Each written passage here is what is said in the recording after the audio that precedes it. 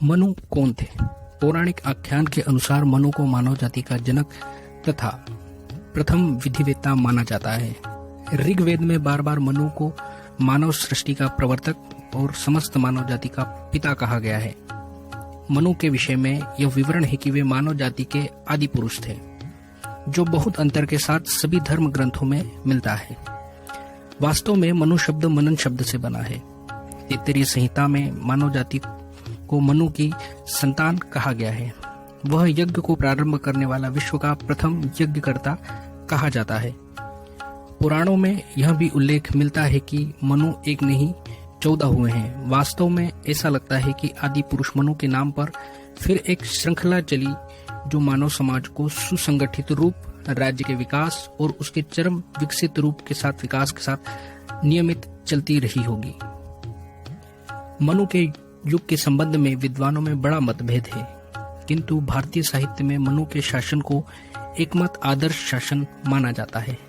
कालिदास अपने रघुवंश में लिखते हैं कि रघुवंशी राजा मनु द्वारा बताई गई पद्धति के अनुसार शासन किया करते थे, उसे रंच मात्र भी इधर उधर नहीं होते थे। मनु भारत के महान स्मृतिकार। हिंदुओं का कानूनी साहित्य 3 वर्गों में विभाजित है: धर्मसूत्र, धर्मशास्त्र और टीकाएं।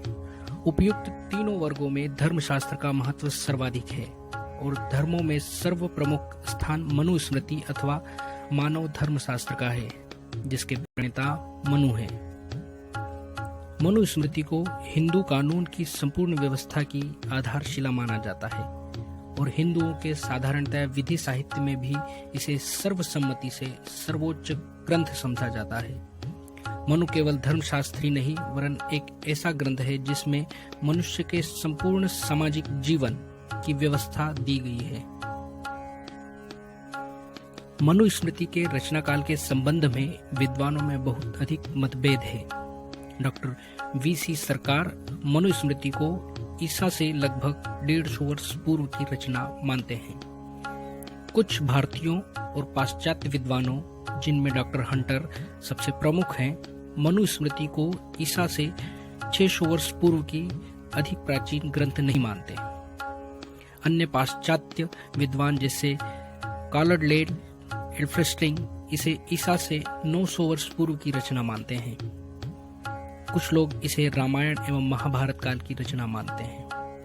कणे ने अपने धर्मशास्त्र के इतिहास में मनुस्मृति को ईसा से 200 शताब्दी बाद के मध्यकाल की रचना माना है, किंतु इसे सबसे अधिक प्रमाणित मत मजुमदार तथा पुसालकर का है, जिन्होंने मनुस्मृति का रचनाकाल ईसा पूर्व 3110 वर्ष पूर्व माना है।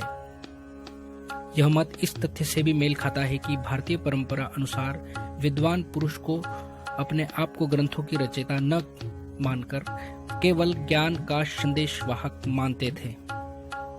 इसलिए हम कह सकते हैं कि समय समय पर विद्वान मनुस्मृति की प्राचीन परंपराओं को पुनः प्रकाश में लाए होंगे।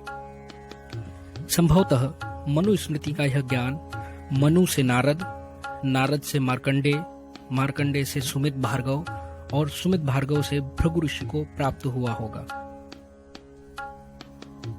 मनुस्मृति के अंतर्गत प्रारंभ में 1 लाख श्लोक थे, जो कम होते होते 12,000 रह गए और वर्तमान संस्करण में तो 2,694 श्लोक होते हैं।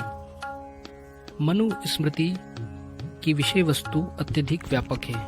मूल रूप से राजनीतिक प्रकृति का ग्रंथ नहीं है, वरन यह सामाजिक व्यवस्था, जीवन और व्यवस्थाओं से संबंधित विषयों की विवेचना करता है।